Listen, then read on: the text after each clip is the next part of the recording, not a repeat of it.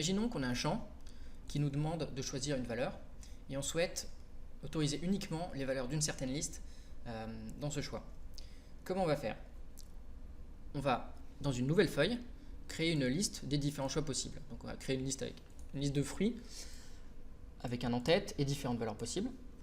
La première étape, c'est qu'on va nommer cette plage en lui attribuant un nom. Donc pour ça, on la sélectionne. Puis on va dans la barre d'adresse ici et on peut la nommer et lui donner le nom fruit par exemple.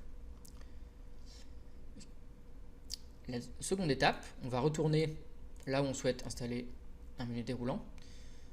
On va se rendre dans le menu données, puis dans validation de données, c'est ce qui se cache derrière ce petit check un sens interdit ici. Donc menu validation de données.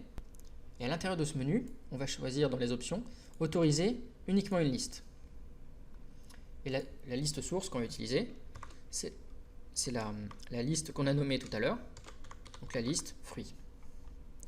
Donc on va indiquer qu'on utilise uniquement ces valeurs et on n'oublie pas de cocher la case ici, liste déroulante dans la cellule pour indiquer qu'on veut une liste déroulante. Une fois qu'on a fait ça, on voit qu'il y a une petite flèche bas qui apparaît sur le champ de choix pour indiquer qu'on a une liste déroulante pour les différents choix possibles. Donc on peut choisir n'importe quelle valeur. Et on voit que par contre, si on essaye de mettre une valeur qui n'est pas dans cette liste, c'est impossible. C'est verrouillé.